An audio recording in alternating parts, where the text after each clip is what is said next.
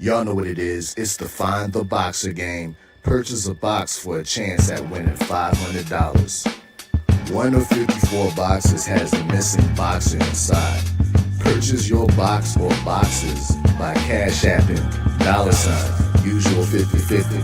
Include your box number, name, and email address. Your box number will be confirmed and sent directly to your email. Each box is $20 with a 1 in 54 chance of winning.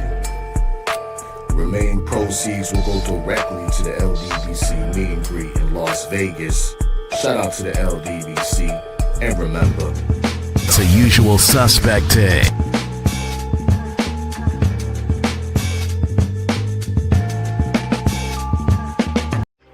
Y'all know what it is. It's the usual suspect 650-50 draw. Buy your tickets now for your chance at winning half the pot. Cash App, $ usual 50/50. Tickets are on sale for $10 for one, $20 for 3 tickets, and $50 for 10 tickets. Put your desired amount, name or alias, as well as your email address, and your tickets will be set. We announce the winning ticket numbers every other Friday on Supreme Beats Boxing Talk Bullshitting on the Beltway, 8:30 p.m. Eastern Time. Remaining proceeds will go directly to the LDBC meet and greet in Las Vegas. Shout out to the LDBC, and remember, it's a usual suspect day. Push the weight in no flex. Flex the live is 1 in the 6. With the runner boy, you nigga, no question. You will run a motherfucker high stepping. Hey, you never had a big enough weapon. Motherfucker never learned your lesson.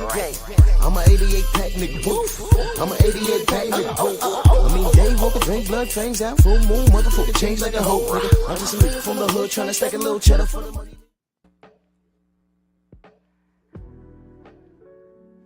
Yeah, buddy. Yeah, buddy. Lightweight. Lightweight, baby. It's time to bleed this morning. Drew Titan Bronx on deck. Shout out to the mighty LDBC. Smash the like button. Share the video. There's an arrow right underneath the screen, right next to the thumbs up button. You press that. Another box will pop up. Just select post. It'll take you to another screen. Just click post and just say we outside. Drew's outside.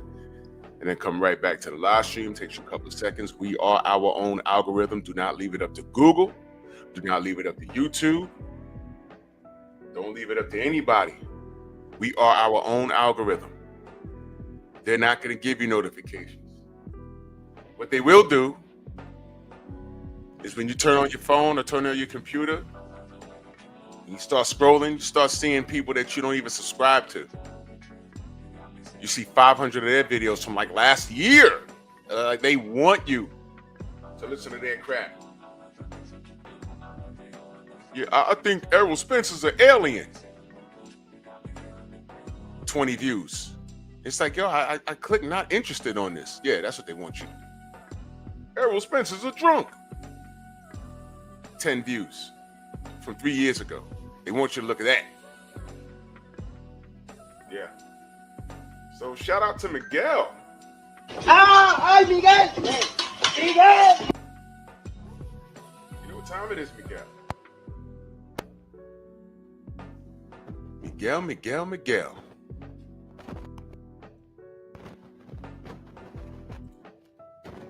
So let's see what's doing. See what we got in the chat. Mr. Tiptoe. Salute.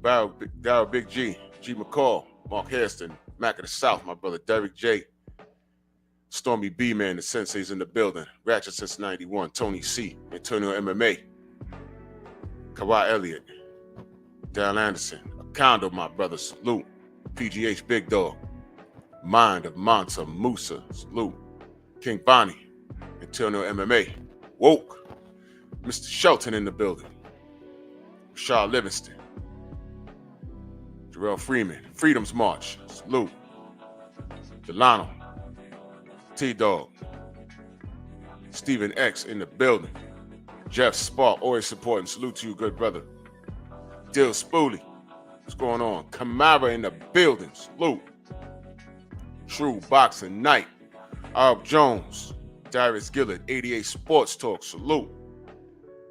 Perfect Black, Derek Gaines, the legend. What's going on? All right. Let's get to it. All right. Our brother Bud. Our good brother Bud. All right, so let's just get with the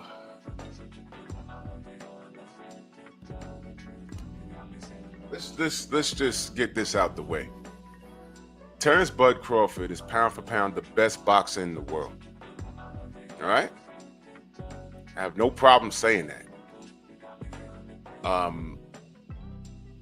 That's not up for debate, man. It's really not. He's proven it.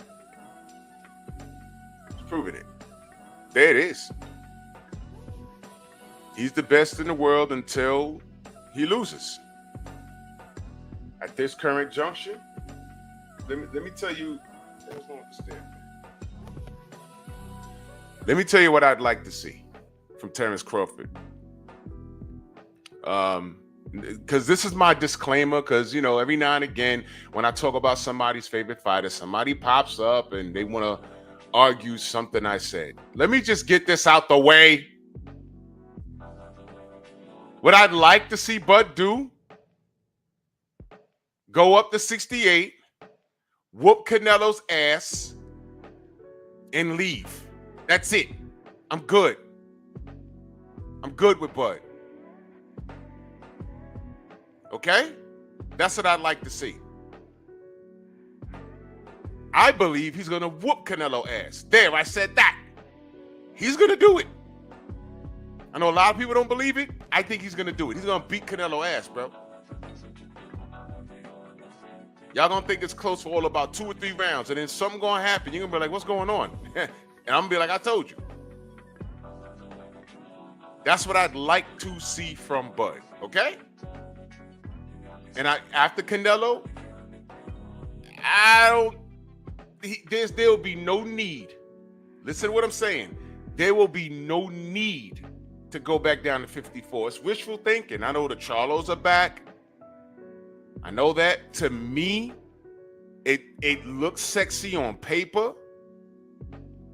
But the time for them to have explored that Bud Crawford situation was right after he beat Errol. He was supposed to ditch the Canelo fight. It was supposed to be Omaha versus Texas. You already got the big fish.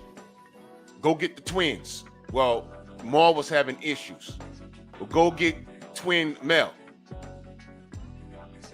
And stop chasing Canelo. It's a drug cheat anyway. Whatever. Where's the lie? Where's the lie? Heard what I just said? Where's the lie? Did I lie just now? Okay. So shout out to you Canelo fans. I don't have to lie on him either. I don't have to lie on anybody. Ravens Nation, salute. So that's what I'd like to see from Bud. Real talk. I don't care. And plus, he's getting old. He's almost 40. He don't need to be going up and then moving back down. Go up, whoop Canelo ass, and that's the end of it. I'm really not interested in the Charlo fight. You know, Bud's going to do what he wants to do. You know, whatever, man. Players ball, salute. But, you know, it never ends up like that. These fighters, they end up, sometimes they end up all over the place. So that's the disclaimer, y'all. Bud's the best boxer in the world, pound for pound. End of. Right? All right, so cool. Now we're going to talk about this interview. What I ain't going to say what I've learned. What's been reiterated to me is that many of these fighters, a lot of the ones that we support, many of them, listen carefully, they are not They don't see what we see, y'all. They really don't. We don't see what they see.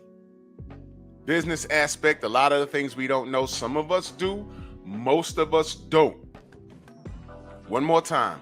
Some of us do, most of us don't. Eric, oh, salute. Some of us do, most of us don't. You get people on social media screaming and hollering out of pure emotion because they either dislike a fighter or have unconditional love for a fighter.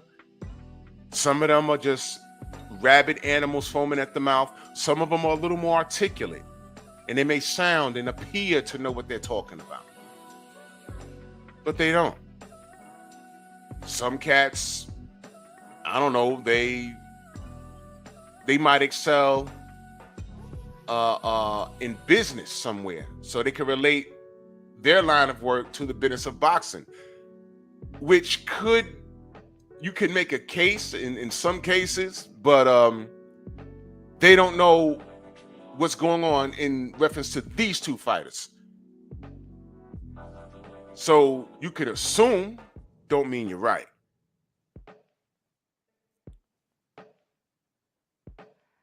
Now,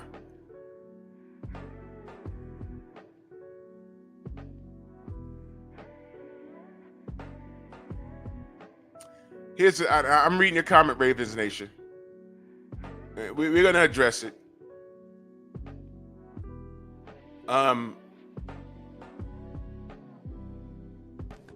There was a reason why EJ was put on the pedestal.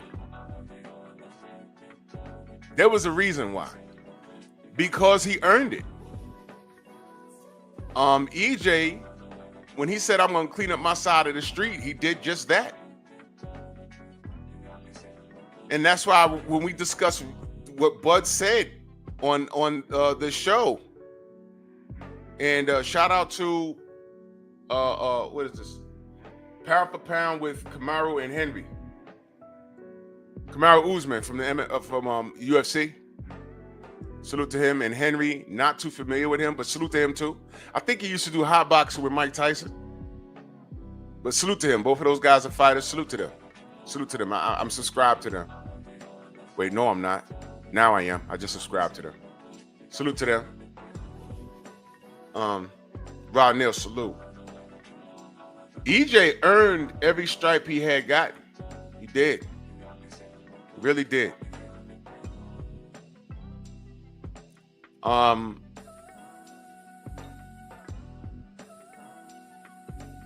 The topic, well, two things in this interview.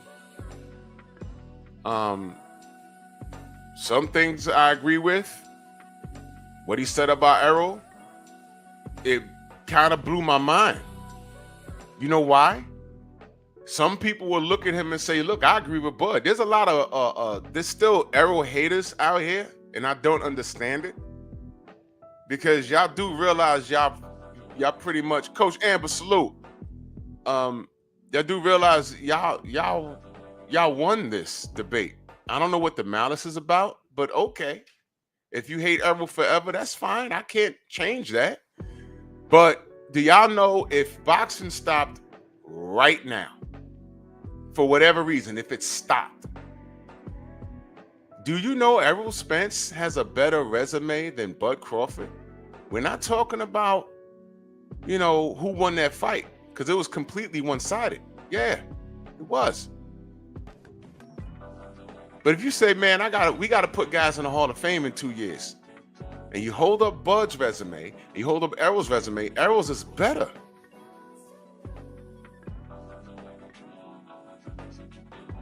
Now, you might say, oh, no, you will say, oh, undisputed in 2 divisions. Correct. But you know what, Bud fans? You know what's going to happen? And this is something I said 2 years ago, and this was a concern of mine. Y'all might not remember this. y'all not going to like this. But this is what I'm saying. Some of these fighters got to be careful with what they say, because they're going to have to explain this. All right? Now, I need you to pay attention. A few years ago, when Bud was breaking into 147, do y'all remember when I said, yo, he needs to make this Errol Spence fight like immediately? Because, you know, do y'all remember what happened at 140 right after Bud left? A man by the name of Josh Taylor became undisputed. Do you remember that? Do you remember my concern? Main Biker, salute. You remember my concern? King Bonnie, what up? Do y'all remember?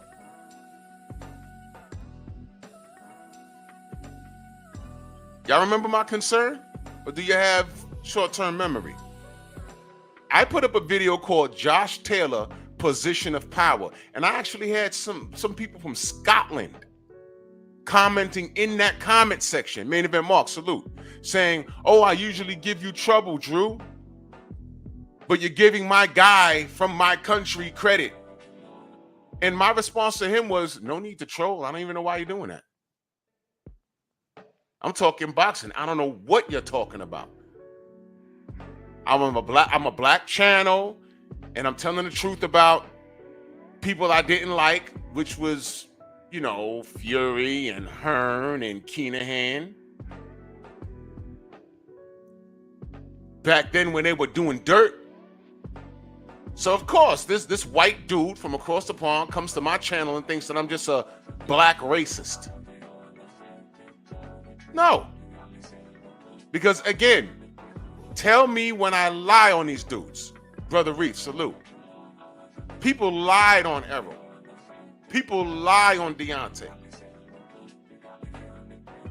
They lie on those brothers. And that's why we do what we do. People lie on Devin.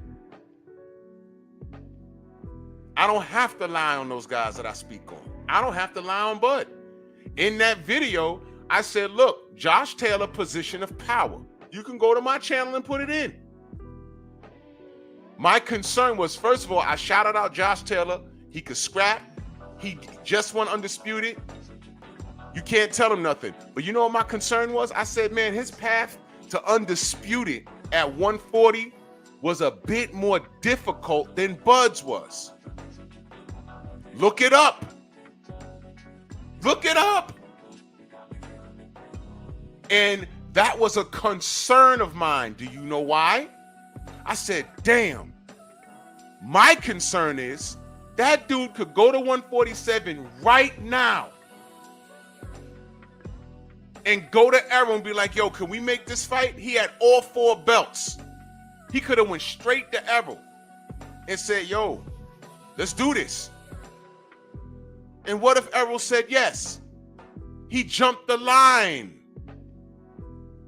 And what would we have had? Those same people that was in my comment section in that video, bigging me up for talking up their guy from Scotland, they would be justifying that.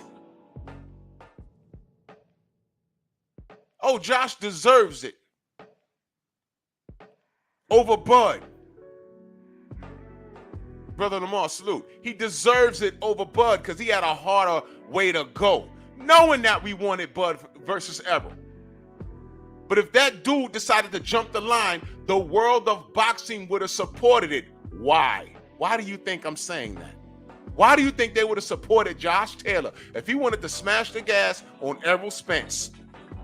The world of boxing would have supported that. Why do you think I'm saying that? Go ahead.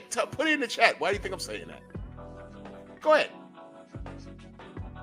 Not only because he had a harder way to go becoming undisputed at 140, but why do you think I'm saying that? Take a wild guess.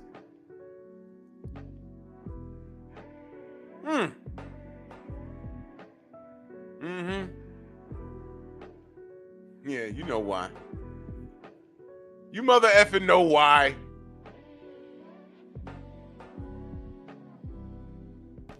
America sees in guys like Josh Taylor and Tyson Fury what really doesn't exist over here. I'd say Caleb Plant, but his wife is black. That went right over y'all head, didn't it?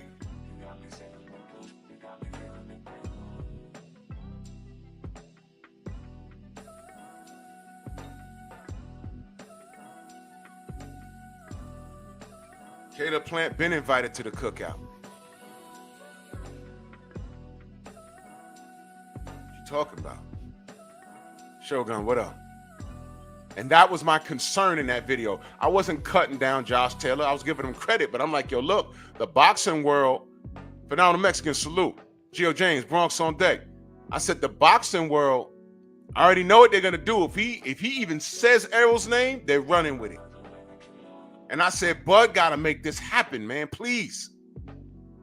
Please make this happen. And we got it. But the weird part was his positioning on Errol's place in history. I didn't understand that. That's why I'm like, yo, Bud, you do realize you're discrediting yourself. Yeah, it looked like easy work. It did. I ain't gonna say what was wrong with Errol if he ain't gonna say nothing. Listen, I know what was going on.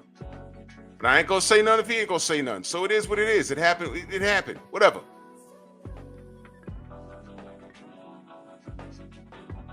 But the deal is this here. To cut down Errol he was not only your contemporary, but he was your rival. To cut him down. Bud, what are you doing, man? Don't do that. Why are you doing that? Why would you do that, man? You don't need to do that. That's what I'm saying. MJ, what up? That's what I'm saying. You know, some of these fighters, although they're not even immersed into the sport, they're in the sport. They're the ones in training camp and away from their family and, you know, eating right, some of them, and drug-free, some of them. They're the ones sacrificing their lives in the ring. To us, you would think this was elementary stuff for them to know, but apparently it's not. Do you know it's a possibility your favorite fighter doesn't know anything about the rankings?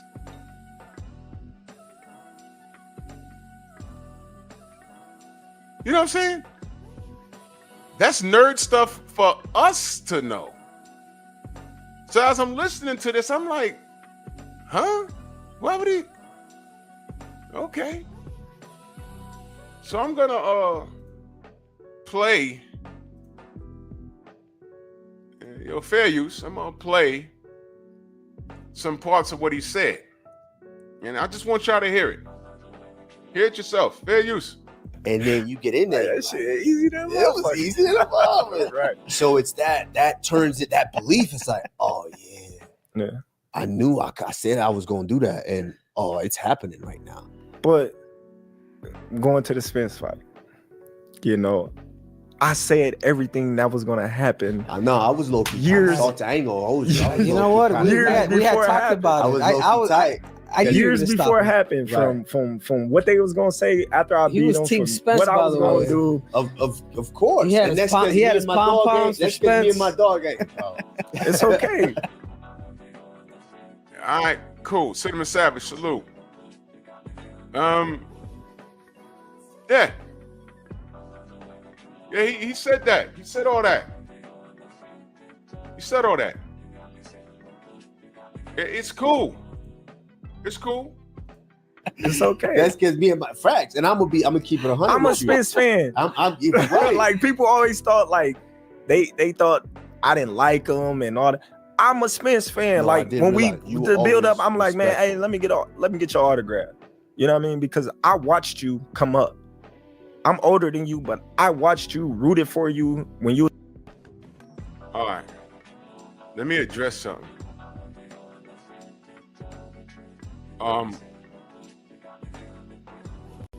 He just said he's a Spence fan. Now that's cool. You watched him come up. All right. Now let's keep it 100% here, y'all. So you watched him say he was gonna clean up his side of the street, and he did it. Can I ask y'all a question? Did Errol not do exactly what he said he was gonna do? Whose road at 140? Listen to the question. Listen to the question. Listen to the question. Whose road was more difficult at 147? Errol or Bud's? And I'm asking this for a reason. Whose road at 147 was more difficult, Errol or Bud's? Please explain. There's only one answer.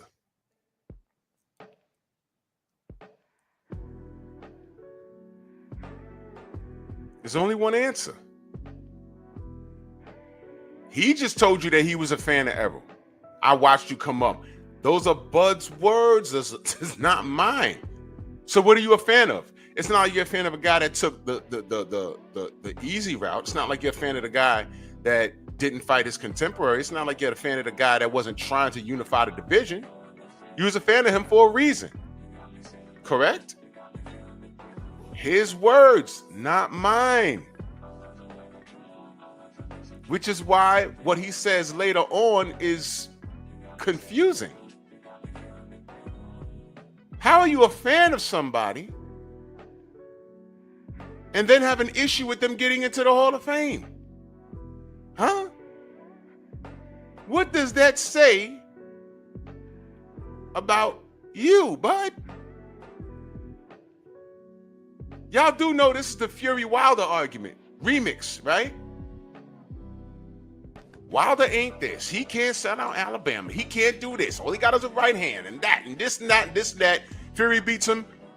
Y'all ready to put him on Mount Rushmore in America? Huh? GB, what up? Huh? Shaquilla, salute, queen. You see what I'm saying? It's like sometimes these fighters is like, slow down.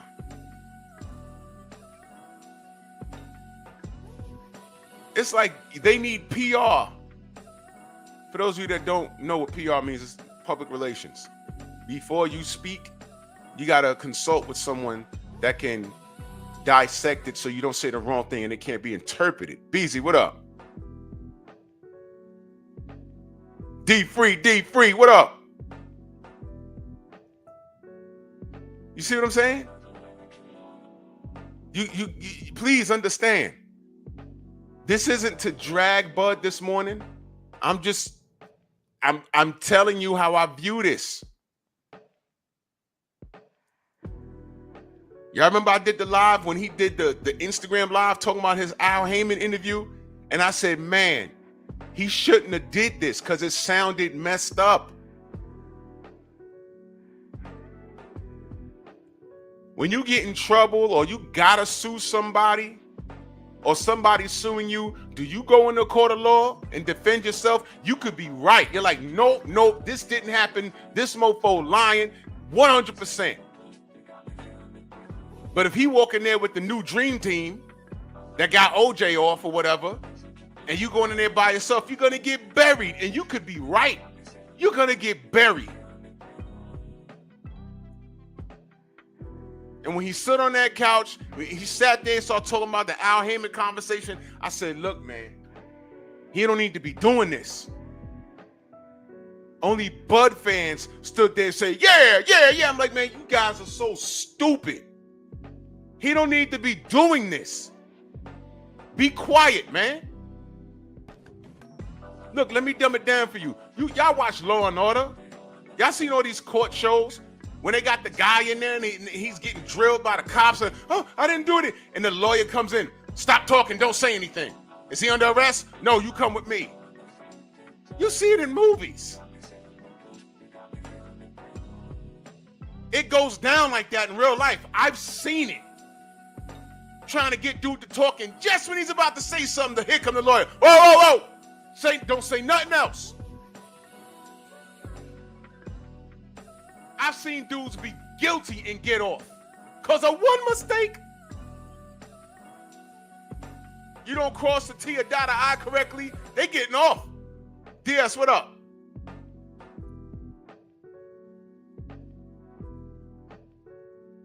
So here we have a situation where listen, I want to celebrate Bud. I'm a Bud supporter. I just told y'all at the top of the show what I want him to do. I want to go to 168 and whoop Canelo ass and ride off into the sunset. Because I can debate him being one of the greatest of all time. I could debate that. 3 times, 3 divisions, undisputed. You can't talk to me. Sure, there's some discrepancy. I bet you everyone will know the discrepancies, or every Canelo fan will know the discrepancies then. I ain't gonna help him. I was here for all of it, but I ain't gonna help you do your homework because I'm gonna celebrate my brother. Just like Canelo still got a bunch of fans. Don't want to talk about Clibunerol though. So fine. Don't talk to me about the negative about Bud. I'm not gonna have any of it. I'm not gonna do it. I'm just talking about this, and this is an example as to sometimes it's a possibility your favorite fighter might not know what they're talking about. And they make mistakes. This what he says in this interview, to me, it's a mistake. If you don't think it's a mistake, that's fine. But I'm like, ugh. The Errol Spence win is what put him over as a rock star. Y'all do realize that. Because when he became undisputed at 140, that was also great. But Josh Taylor came right behind and had a better resume at 140, and they were already putting him over Bud. They said, oh, who had a harder time to go at 140? Everyone said Josh Taylor. I was like, you know what? Let me not amplify that. You know why? Because it was true. But I said, look, he did it. I don't care. It's in the books. He did it. Now he's at 147. Let's see what he's going to do at 147. And he did it. But who had a harder route at 147? It was Errol. He was running around belt collecting, and he did it. Bud took it easy, and he just basically picked up the scraps. That's what he did. I'm not lying. That's what he did. He beat up Errol. He beat him up. There was no part of the fight that he won, man. It happened, man, and this man down over here. But we're telling the truth. We're telling what happened. But to discredit Errol now? What? Come on, man. What is that? What is that about? I don't know. We can speculate. Coach Amber in that super chat, salute. He can't understand how EJ lost, but it's still up. Hey, you see, Coach, there's no getting around that. And this morning, you know what I was going to try not to do? I was going to try and get around saying that. What you just said in this first sentence, Coach. You see these things. And what I'm saying, family, is that to me, there's no need for it. But I'm trying not. Look, me and Stormy talk about this all the time. And this is why I love Bud. Bud Crawford is fighting with a chip on his shoulder. Look, I need y'all to understand something. His mama told the world that she told him that he wasn't going to be shit. Told his father that. When this kid was born, said he wasn't going to be shit. And I'm sure he heard that a few times growing up. You ain't shit. You ain't shit. And listen. Let me go here, y'all. I'm going to go here and I'm going to move on. All right? I need you to hear me. All right? You non-blacks in the chat, just chill for a minute. Just chill. I'm going to say this. In reference to certain black women that have no control over their anger, that feel that life has dealt them a messed up hand. Some of them have a lot of misguided anger, and they take it out on their children. Certain black women, I'm not saying all, please hear me. I've seen women be in competition with their daughters, and I've seen women can't stand their sons because their sons are the spitting image of the man they tried to trap, and he's nowhere around. And now this dude is growing up and he's a spitting image of the dude that they don't like, that they tried to get with and they don't like. And now they got to look at this dude until he about 18 to 20. And how does she treat him? You ain't ish. You ain't ish. You just like your daddy. You just like your daddy. And your daddy saying you just like your daddy is not a good thing. Out their mouth. This is why Bud is so great at what he does. Bud is not good. He's great. Because he's fighting with a chip on his shoulder. And the best revenge is your success. Because when he whooped Errol, his mama was in the ring. His mama ain't got to work no more. And that's how he's paying it back. Yeah, I ain't shit, right, Ma? You spending my money, though. Right. You see that? Bud fights with a chip on his shoulder. And it ain't going nowhere. That's his psychological edge.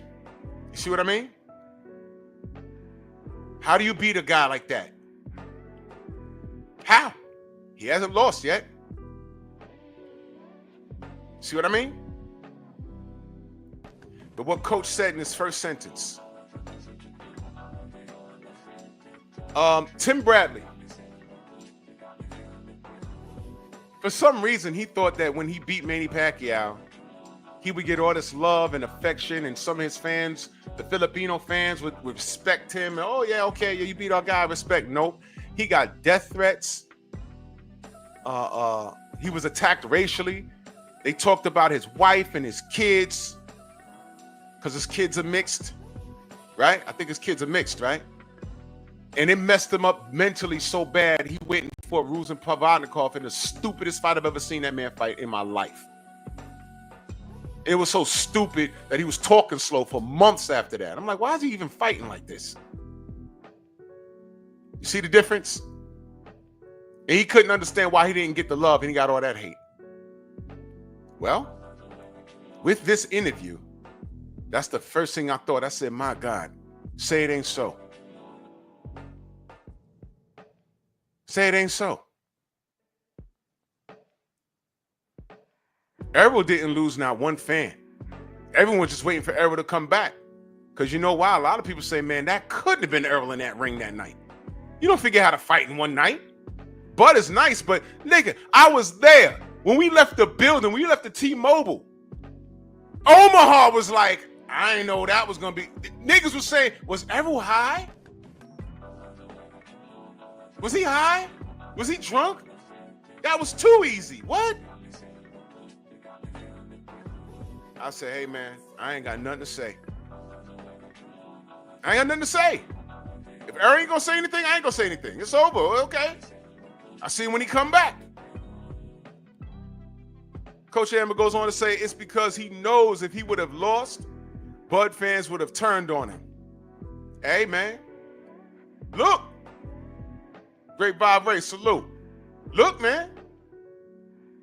I didn't want to go here this morning. But it's kind of difficult not to. Because what is the other explanation for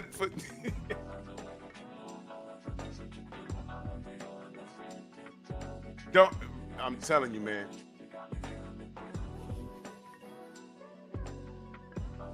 Let me tell you how crazy life is. Do y'all remember when there was a conversation about Errol versus Canelo? Y'all remember that? And everyone was like, no. Canelo's too good for Errol. Errol's too basic and, you know, he can't do this and do that. I said, why y'all writing Errol off?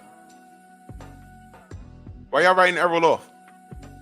It's boxing. Why y'all act like he can't throw a hook and go upside Canelo head? Why y'all acting like he gonna get washed? Stop it. Why y'all act like we never saw Canelo get outboxed? Why y'all act like we never seen him get hurt? Why y'all got him on this God status? Y'all better stop, man. Cut it out. Cut it out, man. Y'all remember when that was the conversation? I had some people saying the same thing about Bud. Oh, you better stay away from Canelo. I was like, yo, look, Bud gonna whoop his ass. So if I think Errol could whoop Canelo ass, and I think Bud could whoop Canelo ass, right? And, you know, word on the street, there was something wrong with Errol that night. I ain't gonna say nothing. I ain't do no videos. Look, I know what was going on, but I ain't say anything. Errol fought. That's it.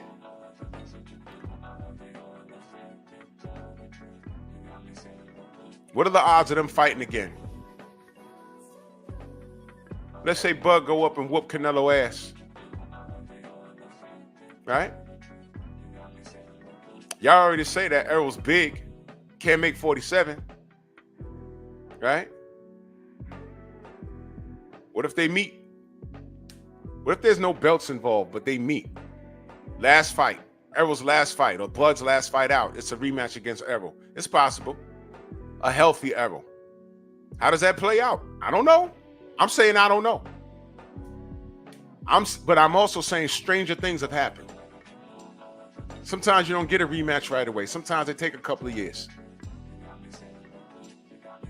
I'm just saying.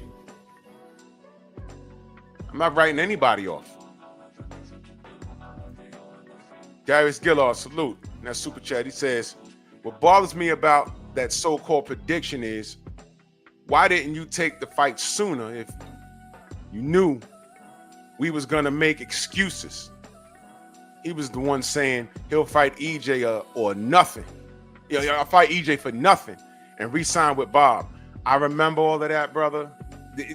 We were all here for it. Everyone was fighting on the internet and cursing each other out and getting people's addresses. Y'all remember, it was ugly, man. It was ugly. I didn't want to get into all of that. You know what I'm saying? Those people, death threats. You know how niggas do. All of this, I'm going to kill you and Shade Girl salute. I'm going to kill you and I'm going to do this and I'm going to do that. Meanwhile, George Zimmerman is still alive. Y'all know how niggas do. It got ugly. I was trying to talk boxing and everyone's trying to pull up to people's house. Y'all know it got crazy. But there's a paper trail on what EJ did and what Bud did. And I was just looking at the facts. I'm like, EJ's going around at 147 and doing everything he said. And I know Bud was undisputed at 40, and at any point he could have came up and I believe it was the WBO. Am I right on that? He could have challenged EJ immediately, and I was listening to the live stream when Bomac was talking to BFTB. I was listening when he was asked, and I think Blu-ray was on the panel, and when he asked Bomac, why didn't y'all go to WBO route? Bomac said what? It was easier to go in the other direction. And I almost ran my car off the road. I was like, no, you don't say that out loud. So I've been asking why these trainers and fighters say things out loud for a long time. And that was before the Calvin, Coach Cal things happened with Tank. That happened years later. I was like, why would he say that? Now think about what I said with the court scenario. When you're sitting there talking to detectives and the lawyer busts into the room. Don't say anything else. Think about what I said about PR, public relations. There's certain things you're not supposed to say. And these guys seem to be messing up all the time. I remember that stuff. And this all goes into what I'm saying this morning. Bud discredited himself about what he said about EJ. Why would you do that? And Coach Amber said, jealousy. Somewhere in his mind, could it be? Hey man, I whooped this guy's ass. It was one-sided. How? I'm not a big enough rock star. Why is everyone still looking for you? He hasn't been, I whooped his ass. We haven't seen him since. Why is people still looking for him? Bud, I don't know. I don't know, bud. I don't know. I don't know, man. People still looking for a Turo Gaddy. He's dead.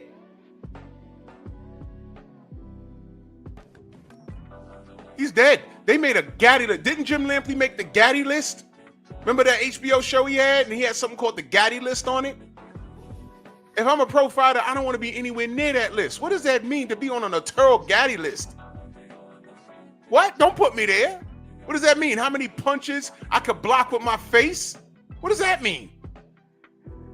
Put me on a Pernell Whitaker list.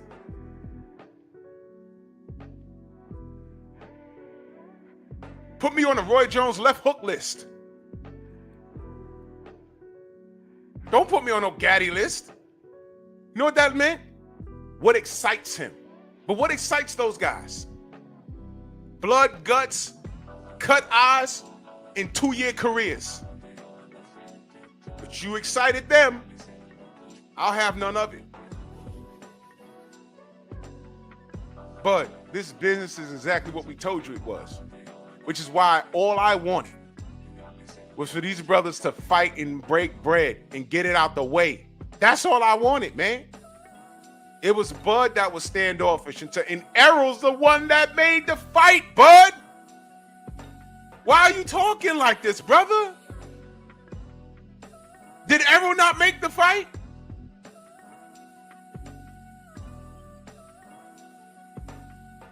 Yeah, Coach, you was there. Man, when Errol got out that van, 503 in the building. When Errol got out that van, he looked like he just woke up from a nap. You know how you wake up your kids? You're like, no, I'm not carrying you. You got to walk. I got groceries here. Nope, you got to walk. And they're like 3 years old. And that's how Errol looked. I said, and they put it up on a big screen. And I said, oh, shit. That's what I said. I was quiet. Y'all saw the short I put up. I filmed it from my seat. But I gave Bud 100% credit. That's it. Enormous Giant Clothing Company. Salute. That's it.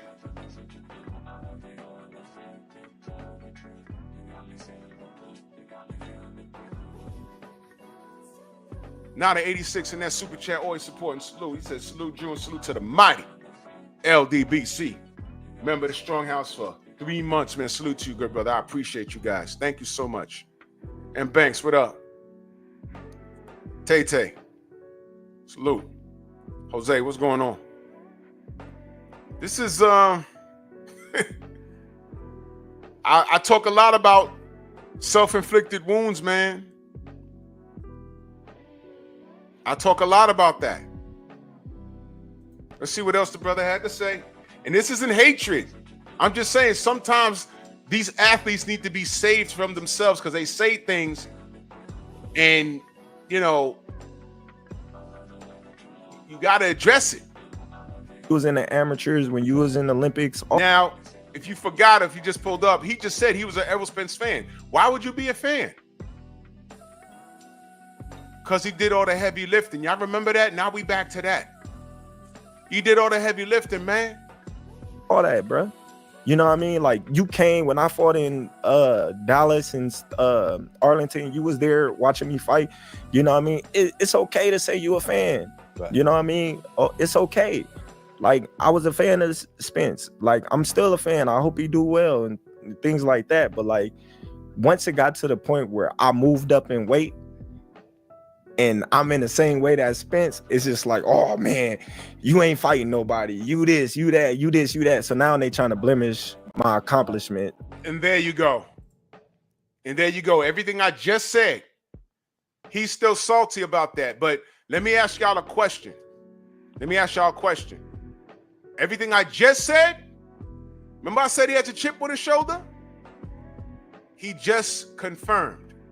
When he went to 147, who has the better, listen to the question, y'all. Who has a better resume at 147, Errol or Bud? It's okay. It's okay.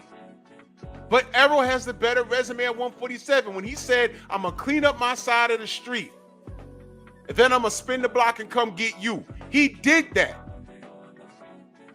So when we talk about things like heavy lifting, Errol did that. And Bud, you beat him. So what is this about, Eric Jordan? Salute. What is this about exactly, Bud? You don't have to do this. You don't have to do this.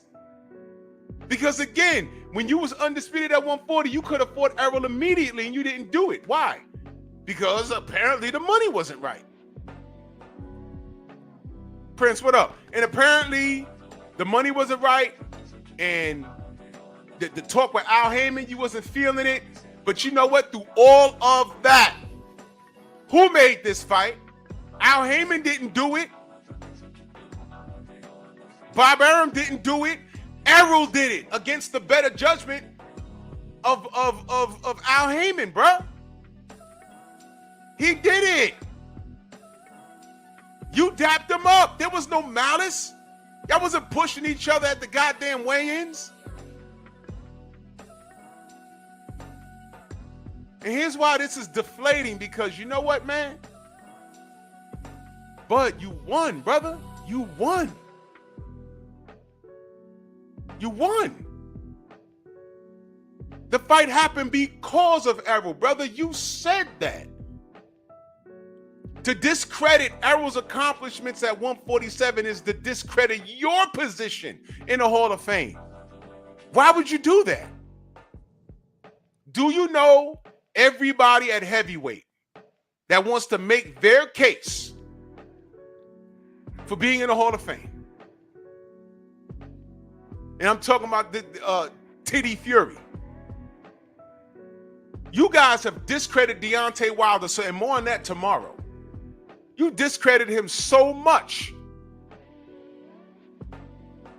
that when you're making your case, you can't even use it. Because I could pull up every quote you and your fans have said. If he was trash, why are you even looking toward? Why are you even saying that in reference to being on your resume? Why are you saying why is that a part of you going to the Hall of Fame? Why?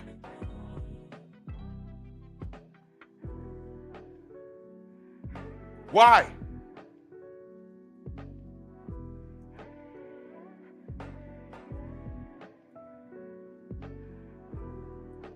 In this interview, he also says,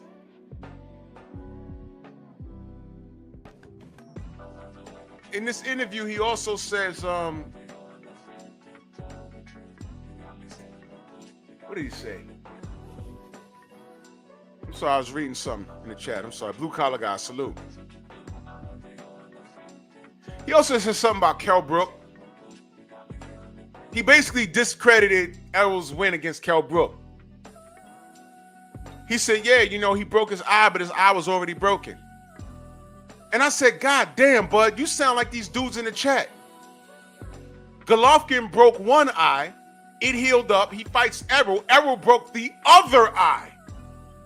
But wait a minute. Triple G broke the first one. Errol broke the other one. Bud, you fought him after both of them. Whoa! Come on, brother. Come on, brother. Come on, brother. Damn, man.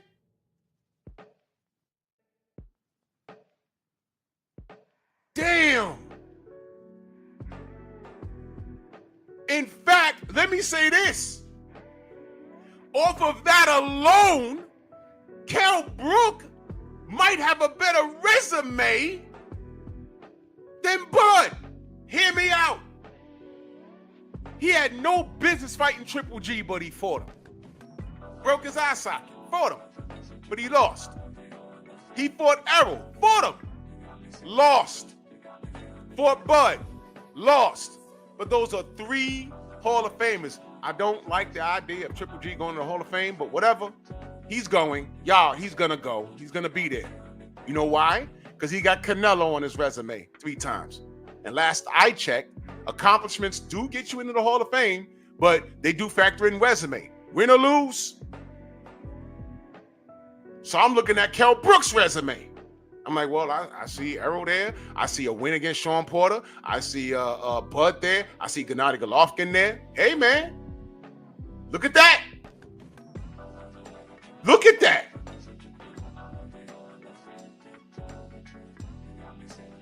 See what I mean? That's why these dudes need PR. All he had to do... let me ask you a question. What's the problem with him saying, man, Errol was my #1 rival? And I had to be on my A game, man. And salute to Errol. And just move on.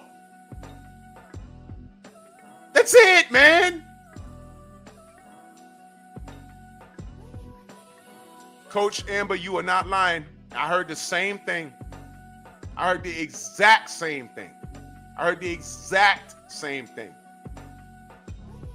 Salute to my brother Eric Jordan. He said, to this Wilder has the power and fury of the ninja. Then let him taste the fury of my Negasword! All day. Tone, what up?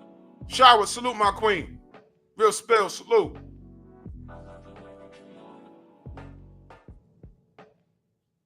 All I needed Bud to do was not to say this. You understand what I'm saying? And then the bigger question is, why would he say that? And listen, man. Y'all see where the jealousy conversation comes in at? Y'all see? 704 Joe, what up? Gerard Harlem in the building. Y'all see why people will consider that and say, man, is he jealous? What do I talk about when I say people don't count their own blessings? When we say, man, Floyd be jealous of these kids. Oh, how could he be jealous? He's worth $1 billion and he's undefeated and he beat this guy and that guy. He's a Hall of Famer. He got money and women. That don't compensate for anyone with a little penis. Yeah, I said it.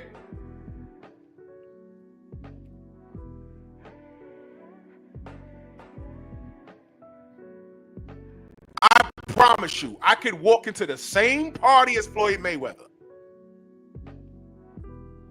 The chicks will be attracted to him because he'll buy the bar.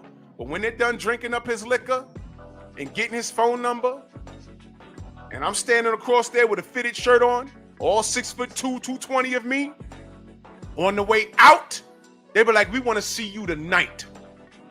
I got it like that. Because at the end of the day, Floyd is a little dude in comparison to me. He's a small guy.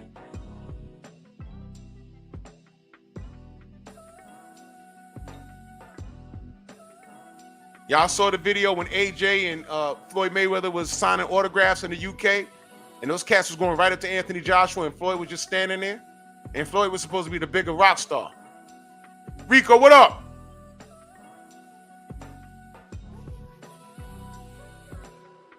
Y'all remember that? Well, two things. Of course, it was the UK, and AJ was a rock star, still is. But let me give you a little bit of information. Let's say Anthony Joshua, let's just say he looks like that. He don't have to be a millionaire. Anthony Joshua, the handsome young lord he is, could go into any party and get attention. Why? The man's 6'5" and he looks like that. Same thing, rules apply to him.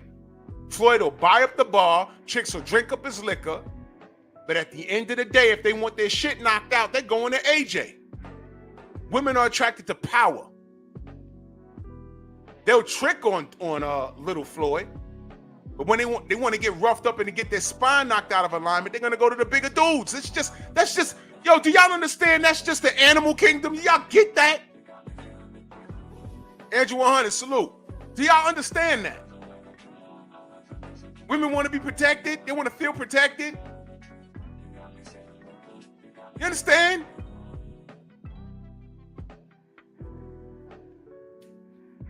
And these cats don't count their own blessings.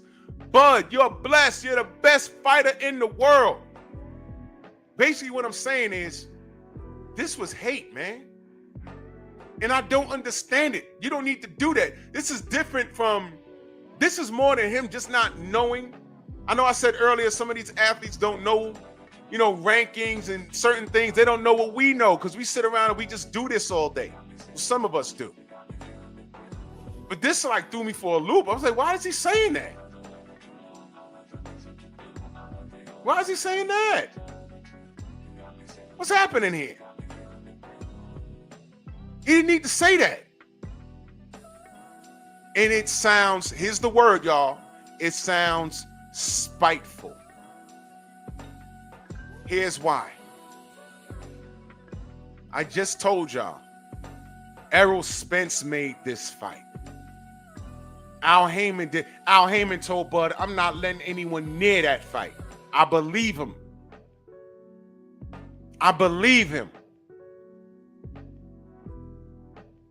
And Errol said, no, I want this fight. We're getting this done. And they got it done.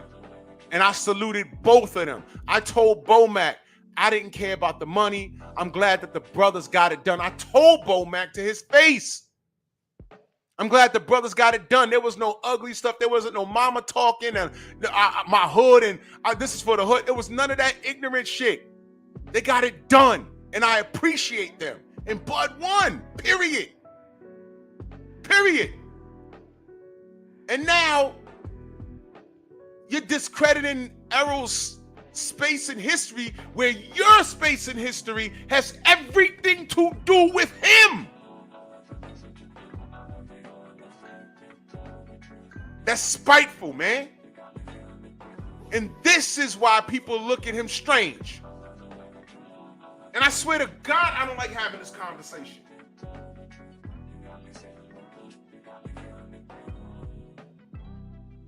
But it's true.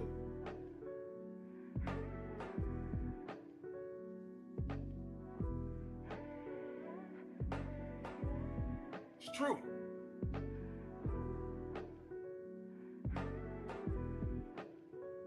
Whether Bud likes it or not, his name is, it's him and Errol's name are linked. Both of them are going to the Hall of Fame, man. Both of them. No matter what. No matter what. Absolutely, Floyd Mayweather, with all that money and cars and women and shit, he absolutely is jealous of the kid that walks into the gym. And he's taller than him. And he got all his teeth. Coach Hudson in the building. And he sees the potential in him. He might not want to teach him. You know what he's going to do? Yeah, like I said before, you want to earn your rights in here, you got to get doghouse rules. And he'll throw that poor kid in the ring. Doghouse rules. And he'll get every good fighter in this gym to beat on him. Like, why are you doing that? You're supposed to protect this kid. Y'all don't believe me? One name, two words. Devin Haney.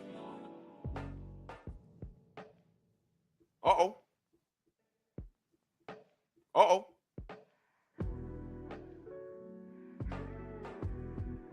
Uh-oh.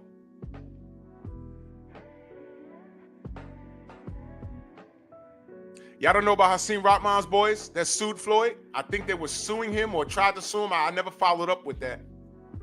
But they blame him for trying to ruin him. Y'all know about that?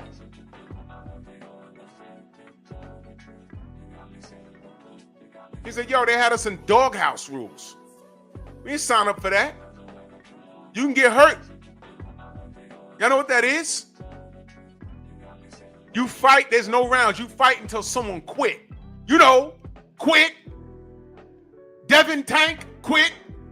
When Bill put up 5 racks and won, quit. Now, stop for a second. Why did Floyd do that to Tank? Because he tried to do it to Devin and it didn't work. It ended up being on Tank's end because he quit. Now, why he do that? Why do you think he tried to do that to... Come on, man. Y'all better stop, man.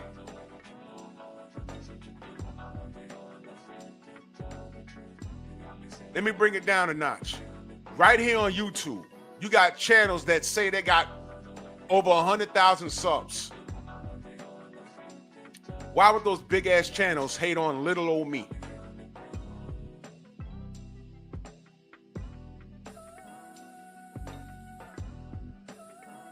Think about what I'm saying. So it's absolutely possible. But you won.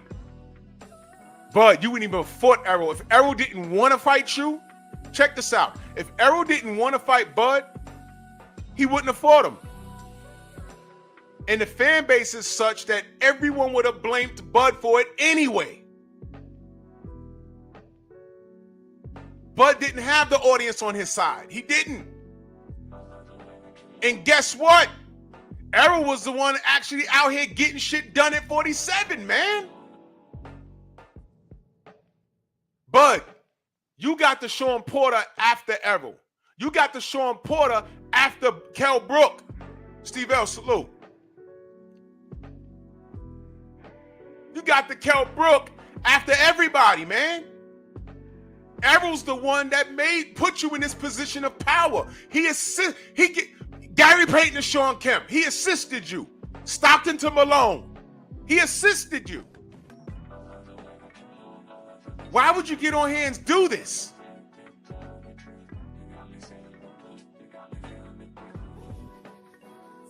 Paul Carrick, salute. And I got so much love and respect for Bud. This is just deflating because these brothers can't seem to get it right, man. You can't seem to get it right. And I have Manny Pacquiao here. Let me give this about 2 minutes. Everything he said about Manny Pacquiao is true. He was never caught. But it's really, really weird that as soon as Floyd Mayweather was insistent on OSDT for 5 years, after telling Floyd no, and all these things that they said about Floyd, he's scared. He's trying to change the rules of boxing, this, that, and the third. Magically, those knockouts stopped. Was it magic? Oh.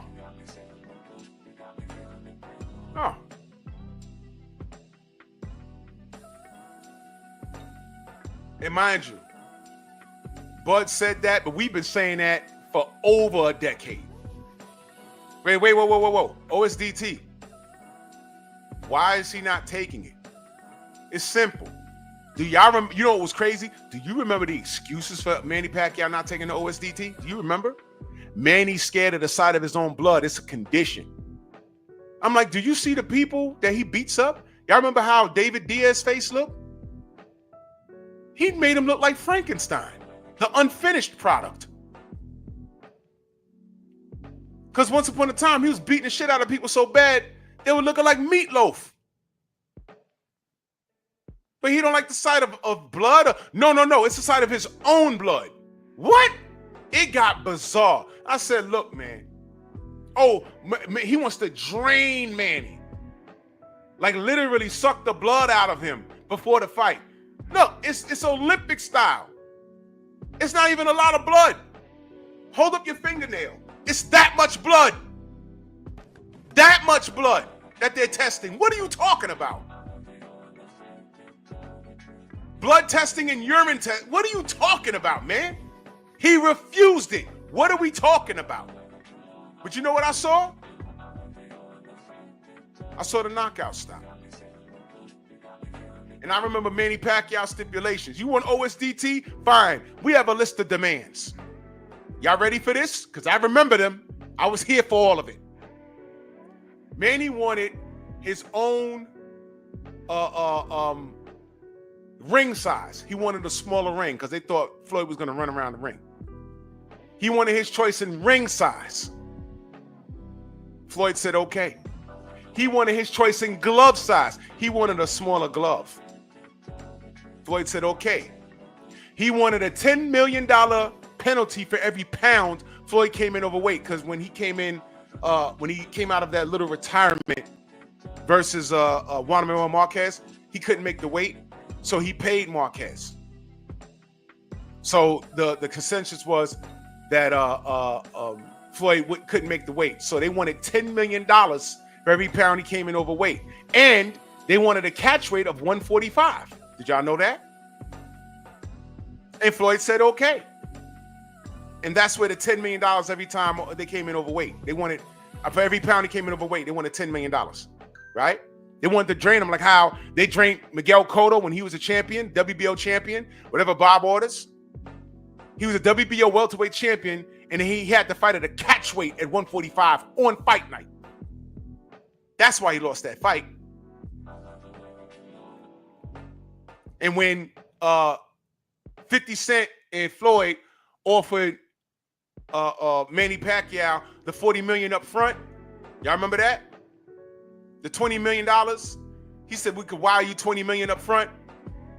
In the midst of that, Manny said no, because I know my worth, which is fine. He tried to fight Miguel Cotto again in a rematch. Miguel, at that time, was a champ at 154. He said, okay, I'll fight you, but you have to fight me at 154 because I'm not draining down to whatever you want anymore. I'm not doing that. And Manny backed out. I remember all of this like it was yesterday. And the final thing, number 5, was he wanted to fight him in Dallas. He wanted to drag Floyd out of Vegas. And guess what? Floyd said, fine. I only want one thing, OSDT. And for 5 years, this dude said no. And that's when he ended up fighting Josh Cloudy, where Josh Cloudy ain't throw a punch. He threw that fight. And Manny Pacquiao's rabid-ass fans accused Floyd of wanting to change the rules of boxing. Those 5 things are all sanctioned. The $10 million for every pound of a weight, I've never heard of that, but Floyd agreed to it. Wearing a smaller glove at 147, you can't do that unless he agreed to it. So who's really trying to change the rules? And then when they finally fight, Freddie Roach shut all of these dumbasses up with one statement. When he was asked, well, why did it take so long? What did Freddie Roach say? We could have had the fight a long time ago had we agreed to the drug testing. But, we're here now. What?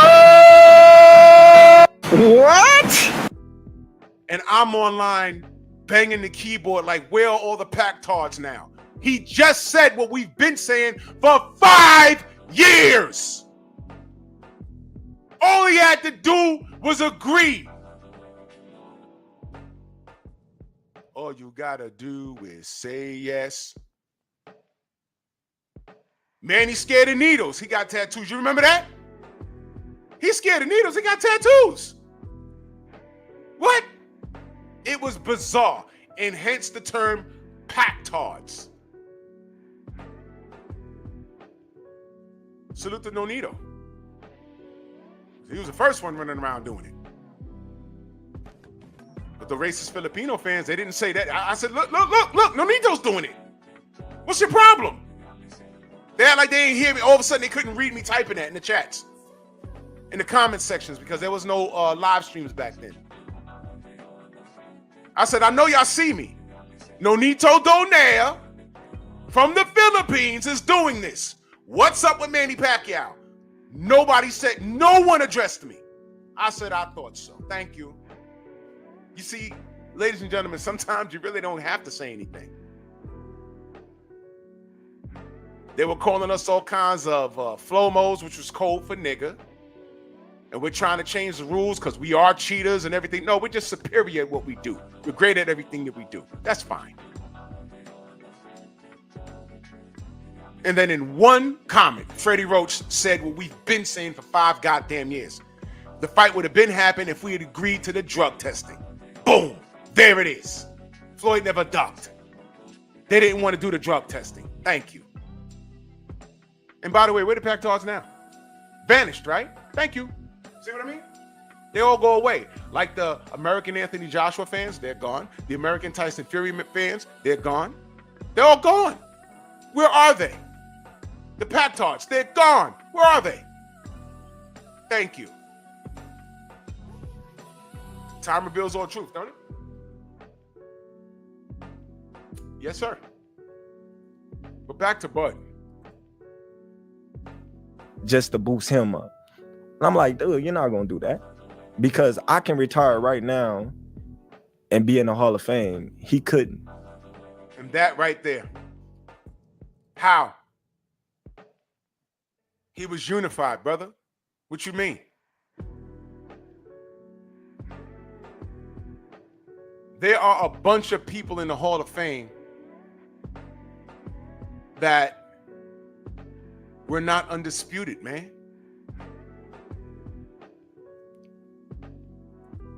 See what I mean? You know, like everything that I've accomplished, he's still trying to accomplish. What? You know, Do you not think Spence will be in the Hall of Fame? right now, no, how? Oh, Bud. Oh, Bud, man. Come on, brother. What do you mean how, man? Now he's talking to 2 MMA guys. All right, man. But those are MMA guys. You know he needed to be having this conversation with, and I ain't even gonna say me. This is a good conversation for him and Teddy Atlas. You feel me? Because Teddy Atlas is a bit of a historian, is he not? As a matter of fact, bud, here's why I say Teddy Atlas. Let me see if I have that picture handy, as a matter of fact.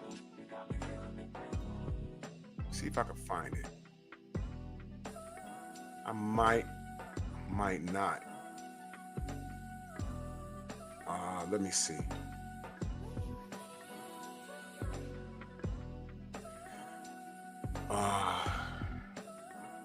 Oh, look at that. You know why I say Teddy Atlas is the person they should be talking to about this? Y'all remember this? I made this meme, by the way. I made this. So if you see this, I made this the day he said this. I took a shot of this on my television. I took a shot of this picture and I made a meme. I made this meme right in real time, and I put it up on my Facebook when I was on Facebook. Y'all remember this? Atlas told Loma, and this is Ward when this is before the Kovalev fight. Ward is still undefeated and he's active. And he's on the side of the ring talking with these guys. He's with HBO and ESPN. Bud had I forgot who he just beat. This may have been after who's the black guy with the French name? This may have been after that fight, but Bud just stopped dude. And they standing outside, and this comment was completely unprovoked. Now, mind you, this is way after Lomachenko's second career fight in which he lost. And Teddy Atlas, in an unprovoked comment, said, hey, I think Lomachenko's #1 pound for pound. You see the look on their face? John, him. I think this may be after that fight. I think this might have been after that. But Bud stopped him. Bud stopped him. And guess what? If this was before the Orlando Salido, which is not, if this was before the Salido fight, that would have been bad too, because he had one career pro fight at that time. So this was way after that. And he never avenged the Salido loss. His fans, Lomachenko's fans, don't care to avenge it because his style was all wrong for him. So I just put, Atlas says Lomachenko's #1 pound for pound, and Bud Ward responds, how much they paying you to say that ish, Teddy? Because this was ESPN. So right now, Bud, this conversation you're having with the brother Usman and the other brother, I'm sorry, I keep forgetting his name. Go subscribe to their podcast. It's called Pound for Pound with Kamaru and Henry. Pound for Pound. It's a great channel. They got 125,000 subs. They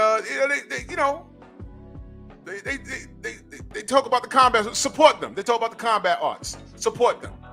I like Usman. And I like this guy Henry. He was on Hot Boxing with Mike Tyson. Go subscribe to the channel. But look at this meme. I'm popping my collar because I made this.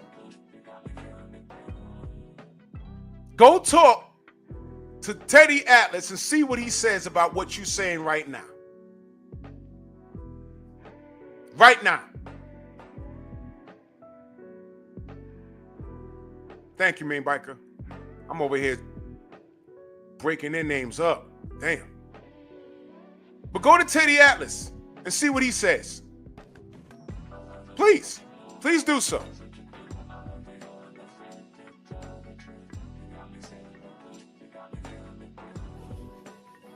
So you're supposed to go to the Hall of Fame because of your accomplishments that don't include Errol. That's how you got undisputed, man. But never mind that. When you talk to quote unquote real boxing media and real historians, this is what they tell you. Both of those men are undefeated. And Andre Ward was still active, y'all. He had one, and this is after the Super 6, God damn it. How the hell is Lomachenko pound for pound over them? How? How? And you see how they looking at him? Like, what the hell? You know what they're saying? What's a nigga gotta do? What's a nigga gotta do to get respect out here? More on that tomorrow. Did Champ Side not do a whole live stream reiterating the Black Murderers Row yesterday? Instead of you niggas dick watching us and arguing with us, did y'all watch that? Did you watch that?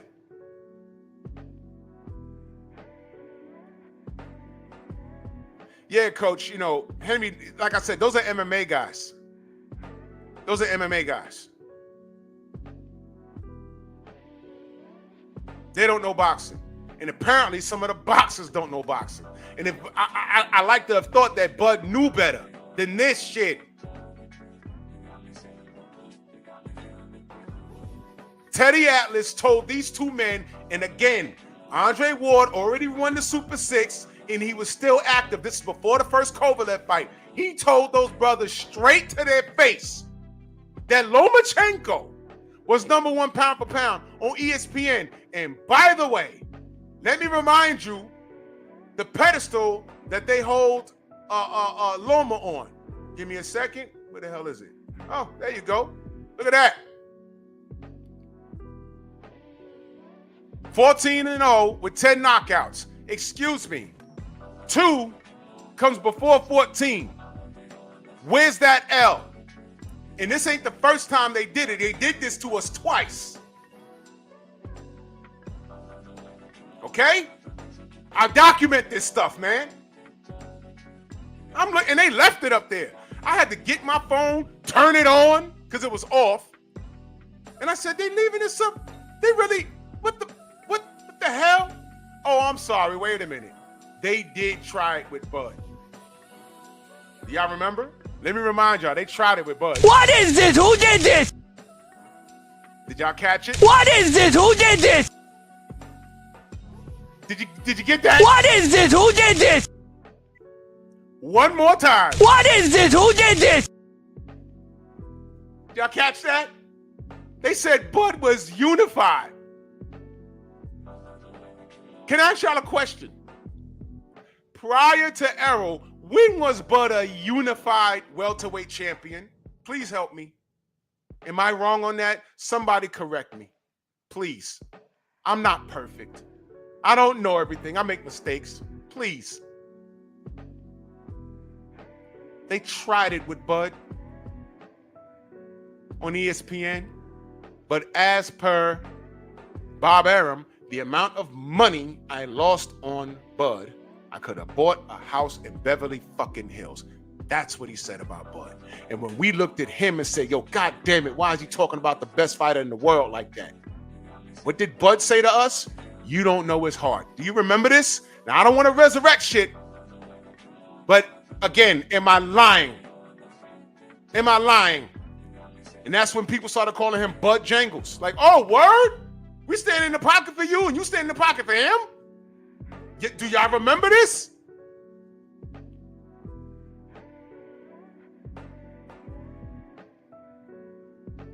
Now, I don't want to resurrect dead situations, but I'm a bit salty at that. Y'all remember that?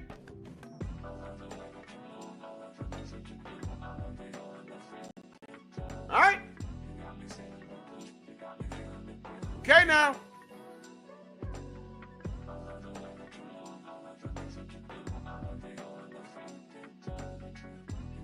I'm on code.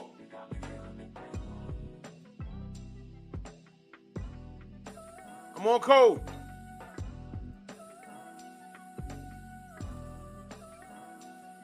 Oh man, I was looking for this. Hold on a second. I thought I lost this. That's me and Briggs at the Barclays. Yo, you see Shannon's fist? He's not holding something. That's just his hand. I was like, Jesus Christ, what's going on?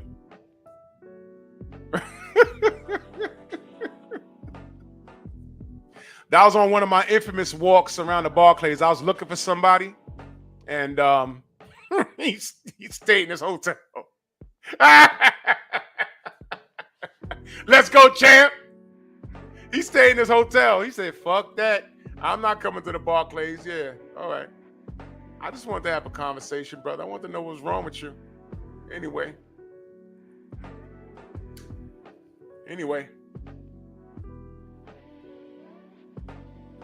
Yeah, Coach Hudson. Yeah, he does. So, you know, this was just a fail on Bud's account, man, and I'm disappointed. This doesn't take away that Bud is best. He's the best boxer in the world. I still believe he's going to whoop Canelo ass. I still believe that. But I'm just disappointed. I'm just disappointed in this interview. And there seems to be, you know, some malice towards Errol. And I don't understand it, but there's no need for it. Yeah, he's right, dude. He's right. How? You know, like he. What do you mean he's right, man? Please stop, bro. He fought in one division. So? You know. Hold up. Stop right there. You ready for this? And this is why I can't be sitting there. Because right when he said that, I would go with the, whoa, Bud. How many divisions did Marvin Hagler fight in? Whoa! Go! See what I mean? Was Marvin Hagler ever undisputed?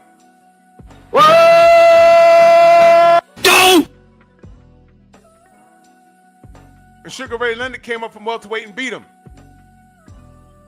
Okay?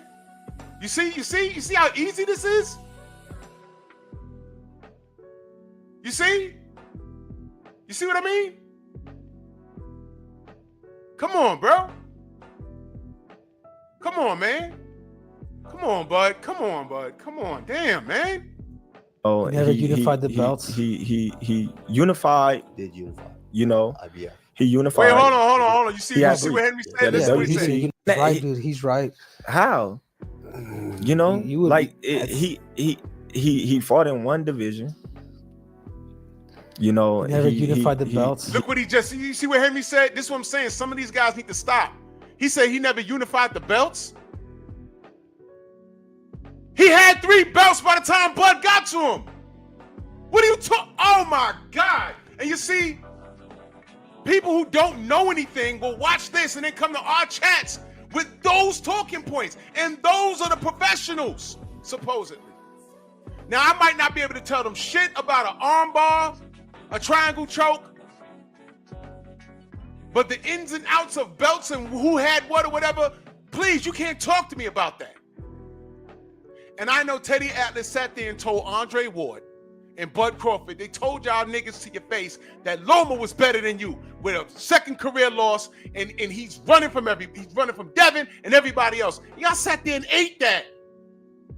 Y'all didn't even check Teddy in his face right there. Y'all didn't even check him. Y'all stared at him. Y'all stared at him. And Errol gave you the alley-oop, brother. And now you cutting it down his position in history? Come on, brother. Come on. And now you got this dude Henry talking about he never unified. I'm like, what are you talking? What? Oh, I get it. We're in the 616 universe. Let me get nerd on y'all. What we watched was from the 713 universe. That was a universe where Errol didn't do shit. And all the belts they fought for was up for grabs, you see. Right? That has to be it. Because this ain't real life. This is why when you don't know something, you got to shut up. This brother Henry is sitting there talking about he never unified the belts. I'm like, what? Wait a minute. You gotta be quiet, man. Carolina Slim, salute. You gotta be quiet. Oh man, and it off the rails, and then now we're in full train wreck mode. He unified. Did you? After he said he never unified, now Bud saying he unified. Henry said he never unified, now Bud saying he unified. Go ahead. You know, IBF. he unified. IBF, was it? He had 3. Yeah, the but he WBC, didn't unify all 4. He WBA, wasn't IBF. undisputed. Oh my God, Henry, please stop, brother. Please stop. Please stop, brother. Please. Please, baby. Please, baby. Huh? He No, wasn't no, undisputed. he wasn't. No, but what I'm saying is, they already called him a weight bully. Oh man, now see that's the goalpost move right there. Okay, he's a weight bully, so he drained himself still to 147 for what? You. He drained himself to fight you, man. And then he said 50, I gotta go to 54, 147 ain't it. But he still gave you credit, man. And he said I'll rematch him at 54. And you said run it. And then all that skipping the line and fedora stuff. Okay, man. All right. I was rocking with Bud on that. But please, Bud, come on, brother. You gotta be better than this.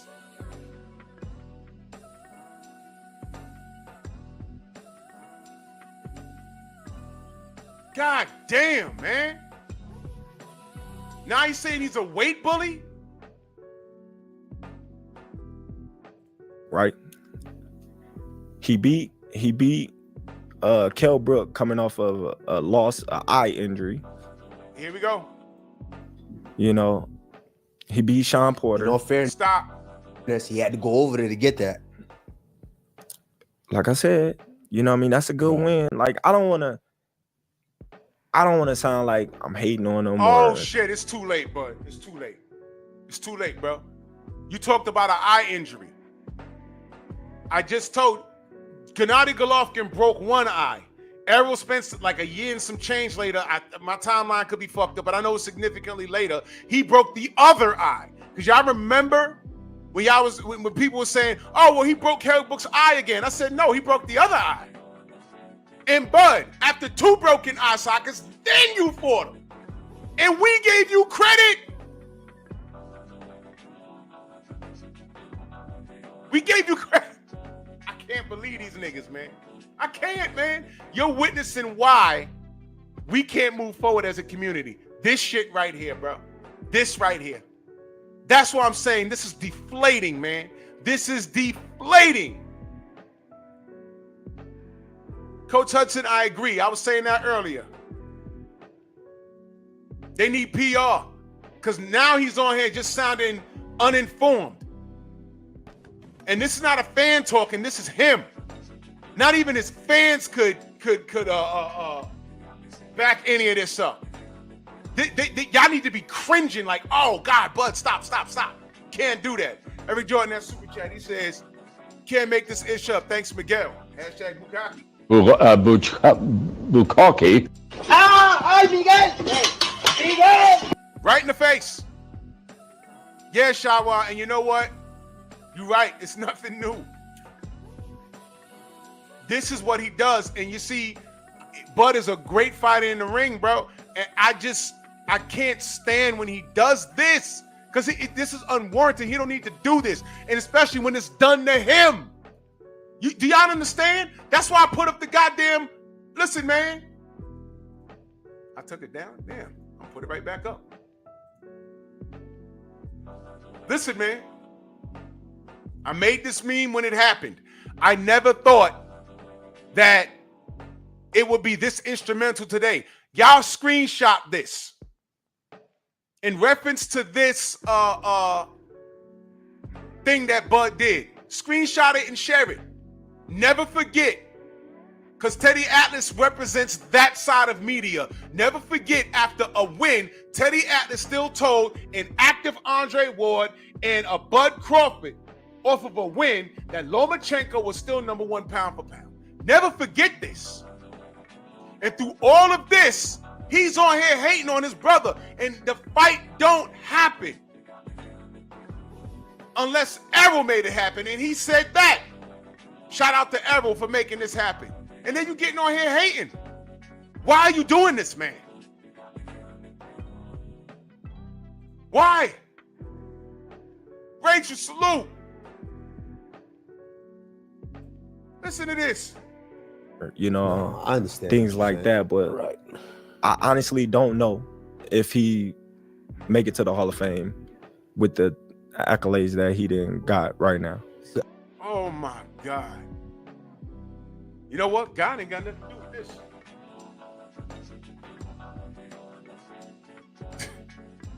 Now Henry got the mic. Let me see what Henry had to say. I have a good one for you. If Canelo gives you the opportunity to fight at 168 pounds, you and Tank Davis, you guys have gone into it a little bit. Would you be able to give an opportunity to a 35, 40 pounder to go up to actually fight you too?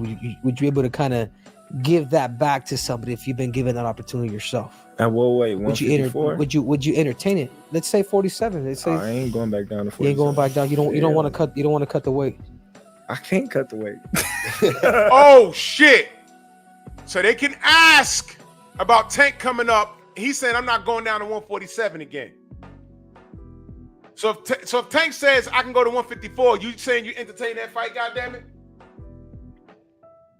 But you just got done telling us that Errol was considered a weight bully. What? You see what I mean? Just let them talk. They will tell you who they are. Just let them talk. You see what I mean? He just got done telling us that Errol was considered a weight bully. I've heard it. But Henry's in there asking him about Tank Davis. I'm not going back down to 147. All right, cool.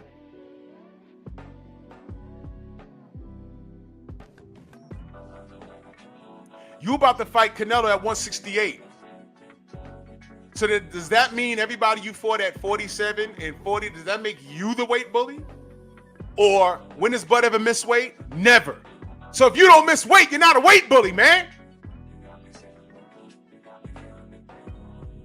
Thank you, Coach Amber. Why does he care if EJ makes it to the Hall of Fame? You know, he low-key don't want him to go to the Hall of Fame. He's saying he shouldn't, and then in the same breath, he's saying he doesn't know if he does. Errol's going to the Hall of Fame, bro. In 30 years from now, he's not going to understand. I got all these accolades. I beat Canelo, and I did this, and I did that. Why do people still love this dude, Errol? Listen, man, I don't know. Maybe it's because he's brown-skinned and you're like 8 shades darker. I don't know. Maybe because you got a gap in your teeth, and the new teeth that Errol got look better. I don't know, man. Maybe it's because your hairline's receding and his isn't. I don't know. But count your blessings, because, Bud, you whooped his ass. You're undisputed in 2 divisions, about to be 3. But you see why this meme is important? Because with everything going on, the darky right there and the light-skinned half-breed was still treated like 2 niggas and told that the Ukrainian was better than them. You see, Bud, this is why you don't hate on your brother. You see? Do you see? This is why I said he needed to be having this conversation in front of Teddy Atlas. You know what Teddy Atlas would do? No, hold on. But Errol Spence is definitely going to the Hall of Fame. Wait. You gotta understand. Errol Spence cleaned up 147, and then you got him. And you got him, Bud. You got him. But Errol Spence has a killer resume, Bud. And then what would Bud say?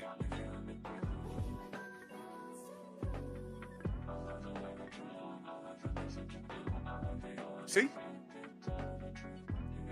That's why, and I never knew I never knew the importance of this meme. I made it to be funny, but it was disrespectful. And here we are, literally, I made this meme about maybe 5 or 6 years ago.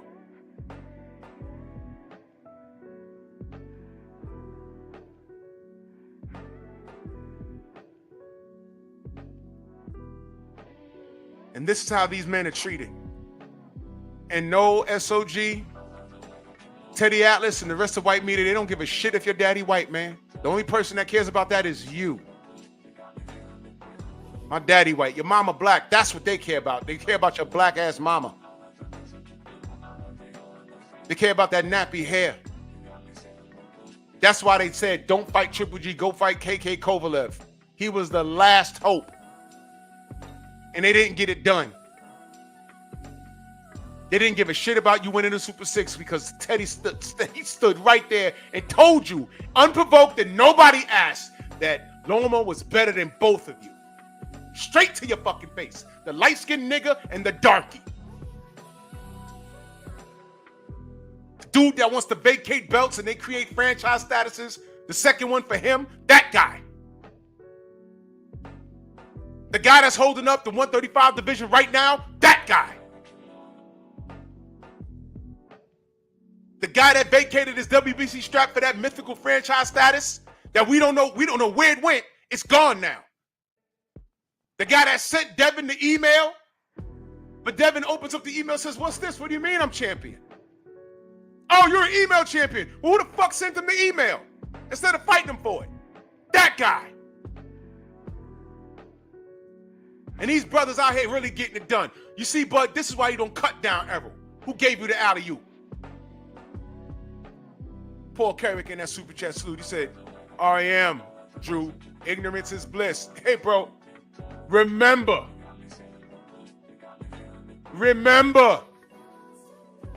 Salute, Paul. Remember. You see what I mean? You brothers need to wake up and smell the failure. Grand Regent Thrag, salute, fam.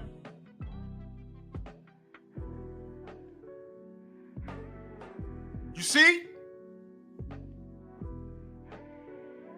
That's why this meme is so important. I never knew.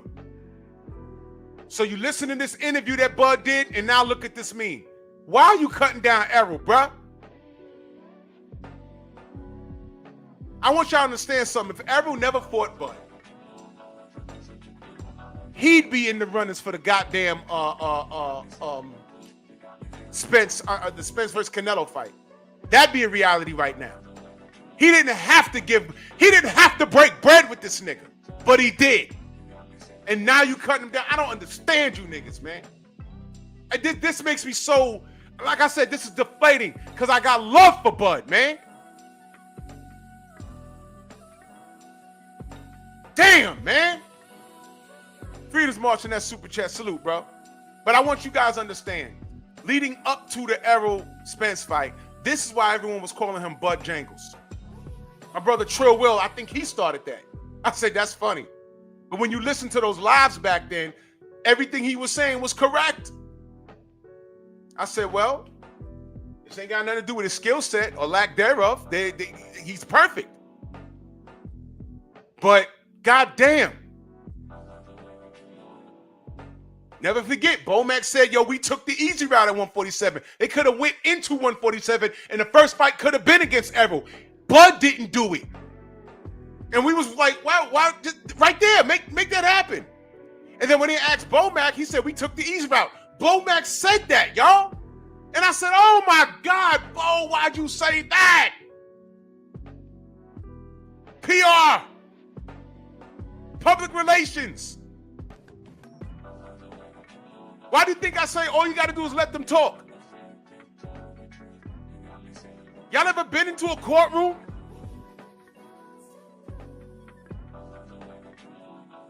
Whether you were on jury duty or whether the judge was calling you defending. When your lawyer comes to talk to you, he says, tell me what happened. State what happened. Don't say anything else but what happened. And then when you get cross-examined, well, didn't this happen and that happen? It's either yes or no.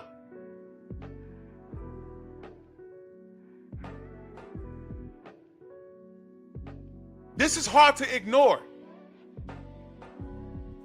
Darius Gillard in that super chat, he says, and Bud defended Canelo's BS against David. I'll never understand this guy and his circle. It gets... Do y'all understand what I'm talking about? Now, I know some niggas will say, oh, this is Bud hate. And I'm going to ask y'all the same thing.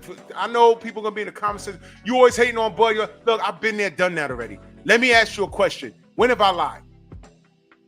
Have I lied on Bud? Am I out here saying, hey, man, he's trash and nothing? No, I'm saying I don't understand this attack on Errol. I don't understand it, man. I don't understand why you defended Bob Arum for a little while when he's the one, when they was asked, what's up with Bud versus Manny Pacquiao? I killed the fight. What? Some of you are new. You didn't know that Bob Arum said that? When they asked, what's up with Bud versus Manny Pacquiao, when they were both on Top Rank, he said, I killed the fight. Why, Bob? Oh, because Manny's a nice guy and I know how it ends. I swear to God, that's what he said. Shut the fuck up. Shut the fuck up. That's what he said. I killed the fight because I know how it ends. Manny's a nice guy. So let me get this straight. Manny's a nice guy. You see more value in his friendship than your pockets. I was just talking to one of my buddies at the gym. And I said, man, this race shit goes a long way. And although Bob is a Jewish lawyer and Manny's the pride of the Philippines, anything is better than black dominance. Floyd Mayweather came through Top Rank. Y'all forgot? There's a no black fighter board in there in the Top Rank office. Y'all forgot? They don't care. They don't care. If they can manufacture a champion and make millions of dollars, they're going to do that if he's non-black. But if his rival is right there in his rankings, they will do everything to move that nigga around that fighter. And Bud was right there, and he's living proof. He's a testament of it because he was supposed to get the torch passed to him.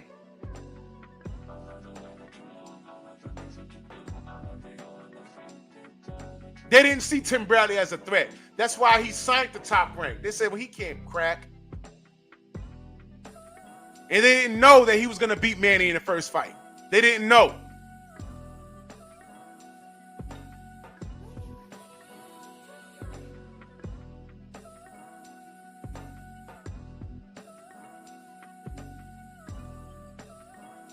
He wasn't a threat. That's why Bob was screaming about lawyers and, the judges and stuff. But they got it right the next two times. You know, Tim wanted to get in there and start doing somersaults in the ring. That was the I'm Sorry tour. This is my sorry for 2004. And I ain't gonna win no more against Pac.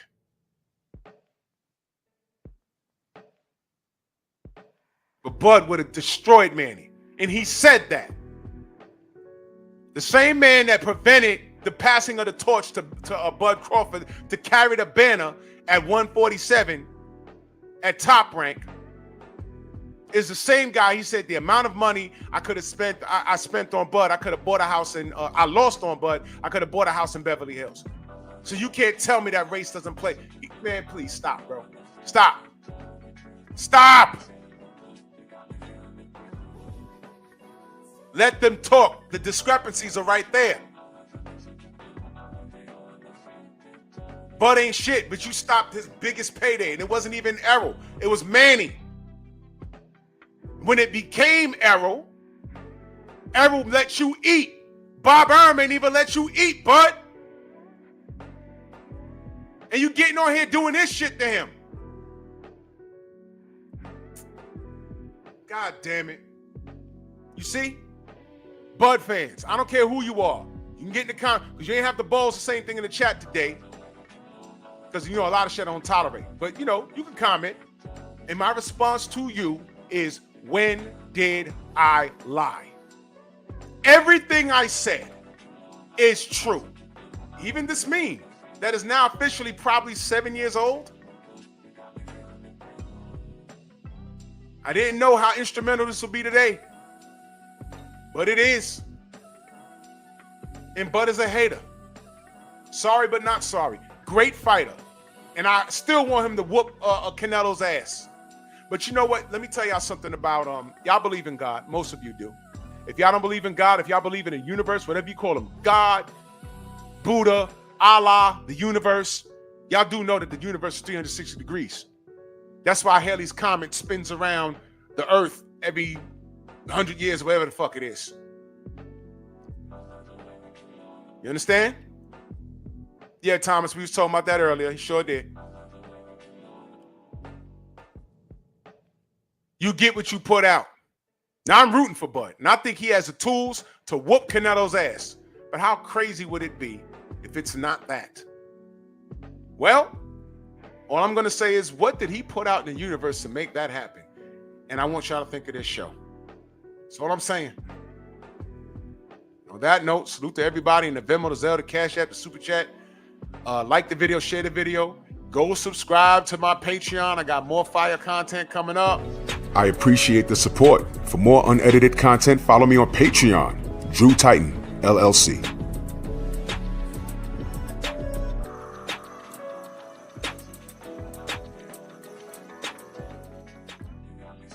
I think the general's on. Let's head over there and pass my time, man. Love y'all, man.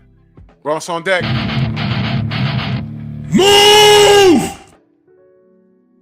Why are you gay? Who says I'm gay? You are gay.